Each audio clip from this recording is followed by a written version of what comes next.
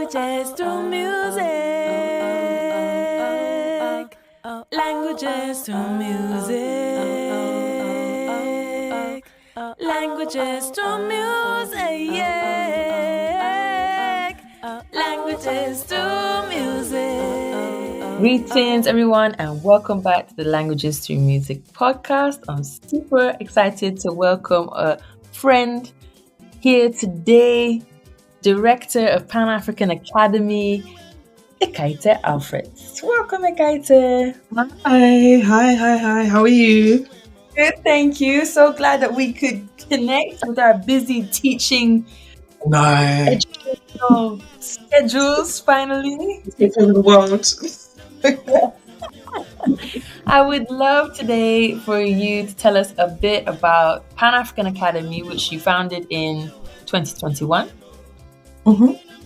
Is that right? And also about Annang, because you are the first person to ever tell me about this lesser spoken Nigerian language, because we always hear about Yoruba and Igbo, but I'd never heard about Annang. So I would love to hear about that and your upcoming educational historian projects. So let's start with founding Pan-African Academy. How did that come about? You were teaching beforehand. What sparked it? Yeah, so I was a history teacher. I've been teaching secondary school history since 2008. And just after a long time of teaching the same subjects over and over again and never really being able to touch on African history at all, it all really kind of came to a head. It was around with 2020, the summer of 2020, and seeing the effect that was having on so many students, and it all just kind of combined to make me think that, yeah, this is something that I need to go away and do and make sure that our children understand their history, understand where they come from, and in turn understand their power. So I left my last teaching role and took some time out to just really try and put all of this together, start sharing things on socials.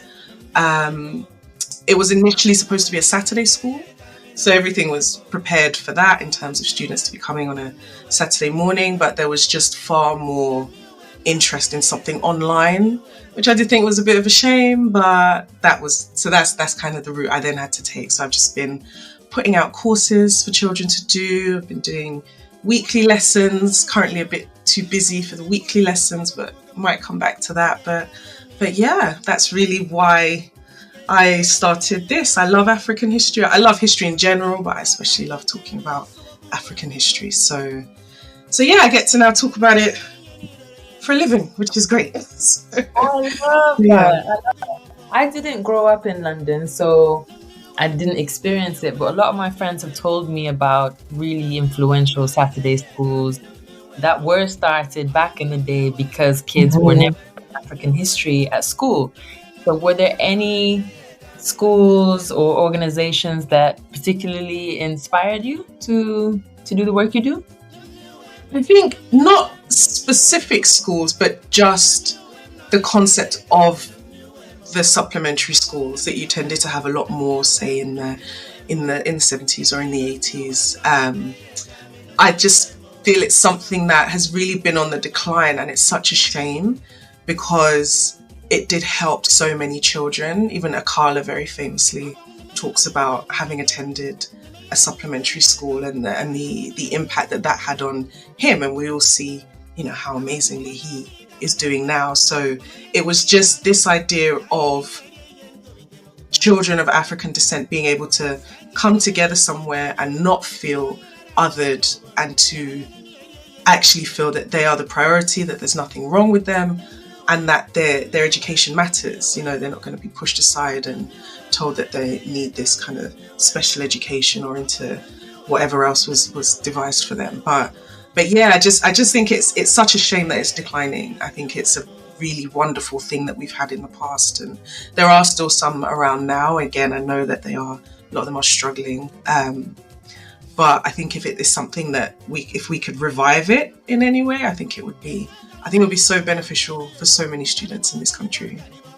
Absolutely. I guess that's one of the one of the beauties of online is that it's more accessible in a way. People don't Yeah. have to travel or come out, but yeah, Mhm. having that sense of community in Yeah. person is so great, and something that's I even hard. had little uniforms for them and everything. Oh! Just none of it. You can make like a little avatar so they can wear them in the Zoom rooms. Yeah, that's not a bad idea. And what ages do you teach?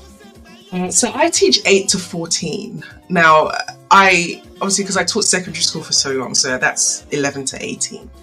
But I had tutored a lot of students who were like year 5 and 6, so kind of like 10 up. What I found is that I do get a lot of interest for younger ones. So that's why I do start it from 8. And anytime I've run courses, I found the majority of children that have attended have been kind of between the ages of 8 and 11. And they're so cute. They're so cute and they're so keen. And I do get a lot of people asking for very young, like 5, 6. And I wish I could. I'm just not. I wouldn't know what to do with them. So maybe one day if I expand and I can bring someone on who can do like some early years stuff. But it's a good sign. It means people are wanting to get kids involved in things younger and younger. But I do get less of the older ones, definitely. I started teaching at a school, language school, for 3 years old on up, and I totally agree with you. With the younger ones, it's just, I feel a lot of the time, mainly chaos management. Chaos management, so cute, but also so chaotic. It's just, ooh, I really think preschool, kindergarten teachers, they should be paid like professional footballers. Honestly, I couldn't do it. I did it with my own, but that's about it. I couldn't do it. I always thought about the teachers who teach really tiny ones all day and then they go back to their own. I was like, wow, those are the real MVPs. They are superheroes. My goodness. Yeah, I totally agree with you. Total lack of history in most schools and languages as well. And I feel it's kind of the same effect because you're kind of out of context. It's kind of disconnected. It's not, for me, what a valuable education should look like, I guess. So since we're talking history and languages today, what was your experience at school in terms of what history you learned at school and what language options you had at school? Sure. So history-wise, we didn't look at any type of diverse history when I attended school. It's amazing that I even developed such a love for history, considering that at school I never learned about the history of people that looked like me or that weren't white. So it was very traditional history education of starting around 1066. This is secondary school now. I can't remember back to primary school. But that, starting around 1066, looking at the Battle of Hastings, the Tudors, this long line of kings and queens, some factories in there, and then 20th century wars. and that's about it. It's that, and the Cold War, and there was nothing diverse to it. It was just fortunate that my dad also loved history. So anything that I learned about African history or Asian history was from my dad and from books that he had at home. So I kind of had my school history education and my home history education going on at the same time. But so that was very much the history. Like I said, I love the study of history. I love learning about people from a totally different time and what they lived through and why they did what they did, and I just find it fascinating. So I've always had that love of history and the past. When it comes to languages, so I loved French, but I was awful at it. I was so bad. I just couldn't do it. Whereas German, I didn't enjoy so much, but I was very good at it. So that's why I ended up doing German GCSE at school. I really enjoyed it. Even now, if I'm listening to some German being spoken, I enjoy seeing if I can, pick up the odd word and hold a very basic conversation. But Yeah, obviously the last time I learned that I was like 16. But we did do a German exchange while I was at school, which was one of the most fun things I Okay. did. Yeah, so we had pen pals, we'd write letters back and forth. So they would write to us in English, we had to write to them in German. And then they came to stay with us for 10 days. We traveled over there and stayed with them for 10 days, and it was amazing. I don't know if these language exchanges, if they still happen in schools so much anymore. None of the schools I've worked in have done them, but it was an I, amazing I experience. don't know if they do. I teach these theater festivals for kids, and I remember it always used to be staying with the families, and Mm. that was part of the experience. But now it's all like hostels or hotels or. Yeah, it was a great experience, great experience. So And tell yeah, me about Annang, which I'd never heard of until you told me. a lot of people haven't. Nigeria has so many languages. There's Yeah. so many of them, but obviously, as you mentioned, the ones that people tend to know more about is Yoruba, Igbo, Hausa, and so Mhm. the region of Nigeria I'm from is called Akwa Ibom, and um, often even Nigerians themselves will say, "Oh, so you're more or less Igbo," and it's like, well, no, I'm not. But we just kind of tend to be grouped in because it's a similar region.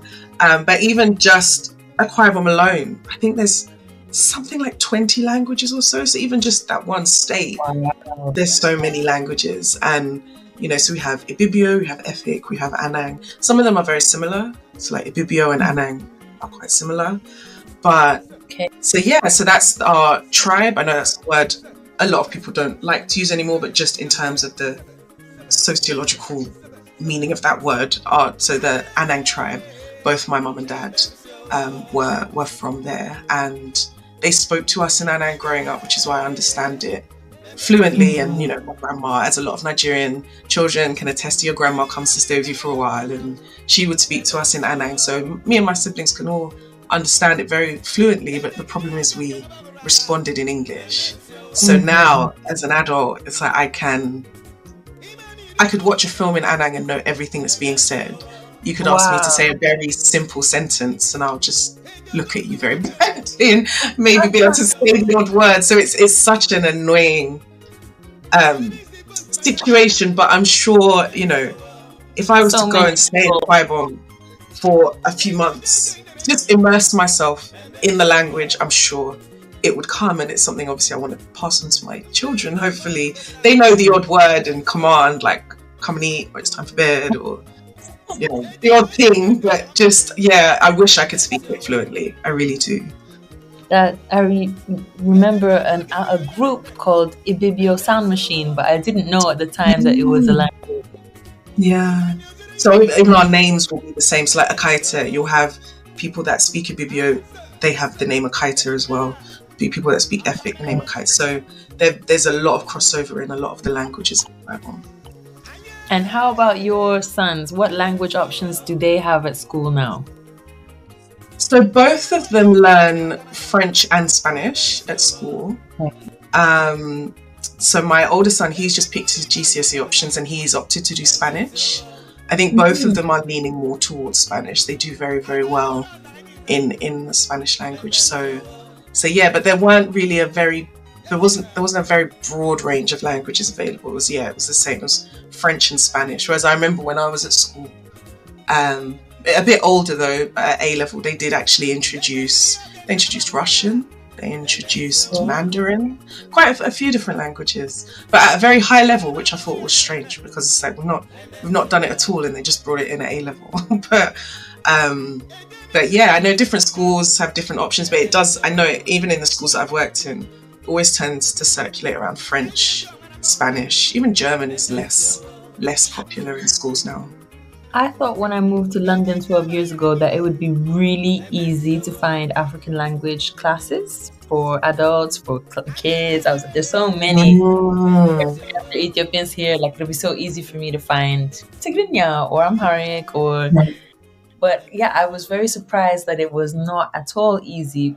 Has that been different for you at all? Because I know there's a huge Nigerian population here in Yeah. terms of kind of language schools or classes offered? Is it available or is it more within the family? I think with certain languages, so obviously with my children, their father's Yoruba, so they have two family languages there. But he's very similar to me in that understands his language, but then doesn't speak it as well. Mm-hmm. So they've kind of got two parents who are in the same situation. But there are quite a few language teachers that I've come across, but it's Yoruba more so. You know, Okay. to find someone that teaches Annang has been impossible. I do have a friend that teaches Ibibio, which is very similar, but part of me feels like I can't just give up and be like, okay, well, I'll just learn Ibibio instead. It's more or less the same as Annang. but with Yoruba, there's a few, and you have people who are now like publishing books to help children to learn different languages and things. And my sons have attended some Yoruba classes and things in the past. And again, similar with Annang, they understand some basic things in Yoruba. Good morning, thank you, well done, whether it's being said genuinely or sarcastically, you know. But yeah, so they can understand some bits of Yoruba as well. And you do have some Yoruba teachers, like I say, because it's a more popular language, but I've not come across any teaching Annang whatsoever. And in terms of the music, I guess a lot of the internationally known music that we hear is in Yoruba, Hausa, and less Annang. Are there any artists that you listen to in Annang or your parents loved in Annang? I so wish I could sit here and reel off some Annang artists for you, but I just... Yeah, we need to compile that. That's going to be a Academy/Languages Through Music project. You know what? I think it's maybe something we do need to look into, because like growing up, you know, my mum would often be playing a lot of the Annang music we listened to would be Christian artists whose names I don't know, but they would be singing worship songs in Annang. So, you know, I could sing along to some different songs and understand them. But now, I think, as you mentioned, a lot of the artists we know of tend to be Yoruba, tend to be Igbo. So that's been more, when it comes to Nigerian music, that's been more of the music that I listen to. There are songs that I can sing along to entirely in Yoruba, and I have no idea what I'm saying. I just love the song, but I do. Yeah, I need to look into some more Annang artists. There's interestingly, Ekaete is because it's a very common Annang name. So there are so many songs called Ekaete. I'm constantly getting people sending them to me about, this song called Ekaete. They're not always the most complimentary, but they're just there are a lot of songs called Ekaete. Ekaete is a very common thing because it's such a common name in Akwa Ibom. So yeah. Who are some of your favorite Nigerian music artists of history or present time? I'd say present time. You know, I'm a big Burna Boy fan. I love to hear Davido come and wail about love. That's another one. I think like my favorite era is probably like around the kind of maybe around 2005 through about 2015, and you had artists like D'banj and Style Plus, those kind of artists, or who else? P Square. That kind of era of Afrobeats was probably my favorite. That's what I listen to a lot now.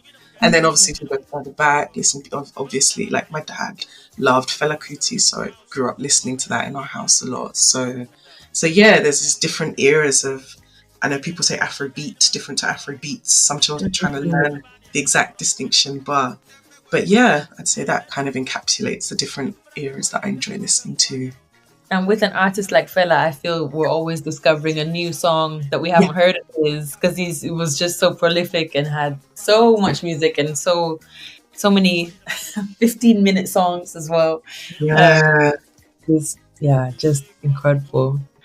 In terms of your kind of next projects, so earlier you were saying that you're going to be giving some more talks at schools. Maybe people are coming out of their house more readily now. What is the future hold for Pan African Academy? What are your late 2024, early 2025 plans? Well, so yeah, so there's work with schools. I do want to do a lot more work with schools, especially talks with older students. So like my last school that I taught in, I was a head of sixth form there. So that kind of A-level age, I do love working with them. A lot of them are choosing what they want to do at university. And so, the more that can go into development type roles, international relations type roles, to speaking to them about Pan-Africanism and their understanding, because it's not something that you learn about at school at all. So I'd say more work with schools, and then to just produce some more courses. The courses that I've run in the past have always been live. So over the course of a week, kids logging on the same time every evening and having the lesson there. But just to have courses that are ready for parents to be able to get for their children to do. So to produce someone just in different areas, because African history is so broad, so we say teaching African history, that's a long period. So so I tend to like to break things down by themes. So looking at, let's look at power and government, or let's look at science and tech, or let's look at attitudes and beliefs. So that's how I tend to like to break things down, because then it helps them to make comparisons between that and other histories that they learn as well. So produce some more courses, do some more work with schools, more talks, travel, produce some more content about different parts of Africa, from the continent. So lots of stuff I want to try and do, just find the time to do it. Amazing. And what do you think about this Pan-African push to have Swahili become kind of lingua franca of the whole continent? You know what? I'm not too mad at that idea. I think it makes sense, because it is the most widely spoken language in Africa. I've had a go on Duolingo. Me and Duolingo are a very toxic relationship, because I'll stop, the owl will shout at me, I'll come back, and then I'll stop again. But I do give people more trauma than we talk about. But it does make sense. But I think the problem is obviously, not only do we have tribalism within countries themselves, but then we have nationalism between different countries. So to tell a Nigerian that, okay, the language to unite everyone is going to be Swahili, you have then people in uproar, and it's just hopefully people overlooking their own, I don't want to say ego, but just them first, and understanding that this is something that could really unite people, because otherwise we're just forever relying on colonizer languages if we don't find one that can actually, because if we want people to be able to trade freely, etc., there needs to be a language that we will speak. And it's not that it takes over your language, it's just that it can be a language that is taught in schools. The same way here we learn French or we learn Spanish. If we can introduce Swahili as something that is taught, I think it would be amazing. I think there's still a way to go, but it'd be amazing to have it available across the UK, as available as French or Spanish. Yeah. Also, when I was in Ghana recently at this Library of Africa and African Diaspora, Pan-African thought is something that isn't often taught on the continent. Yeah. There's so much of the school systems are still dominated by Western history. Even when I was learning French in Ivory Coast as a kid, it was all about France. We never learned about Senegalese poets or Rican poets, and even in Ghana, when I was there, I met even people who worked in tourism and travel who'd never heard of Eritrea, for example. And so I just thought, it's, important to have Pan-African knowledge available in London, across the world, but really across the continent as well. So I'm so excited about kind of online offerings. I remember our dear former colleague from African Arguments, Ayadeji, telling me that in Nigeria there'd been like history pulled from schools. For And I like could 9 years, they took it off the curriculum. why I could not believe that. Like why who would come up with that? Their You know? reasoning was that they said they felt it was creating jobless graduates, that they weren't able to find jobs afterwards. But there's so much more value to learning history than just the career you go into. And it shows often that you have this generation of people that didn't learn any history at school whatsoever. It's terrifying. I'm glad it's That, back. But yeah, that's so sad. And to bring it back must be a whole process as well. You can't just remove an entire subject and then throw it back. I think about it so often how the university in Eritrea has been closed for years. I just think to come back from that kind of knowledge gap yeah, is like, how can we do that? It's like, I remember reading like we lose kind of 2 to 3 languages every 2 weeks, just dead wow. languages.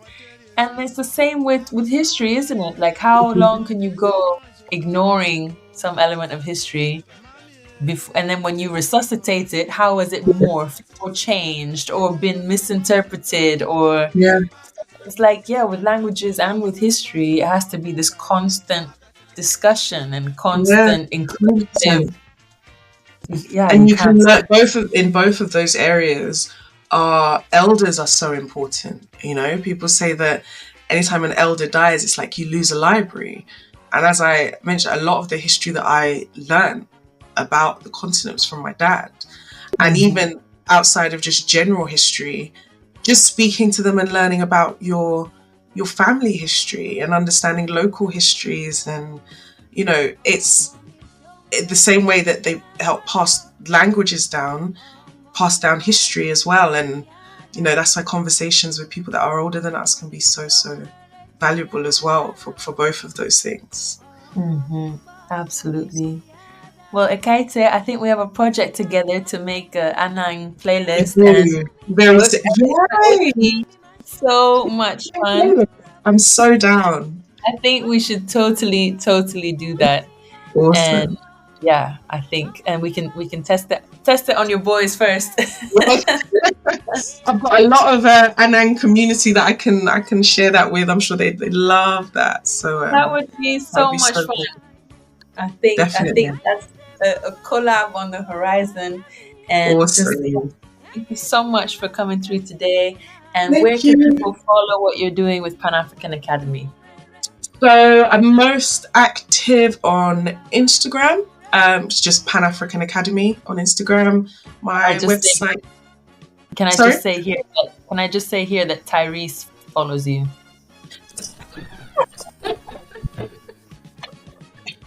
You're not distant. I still can't get over it.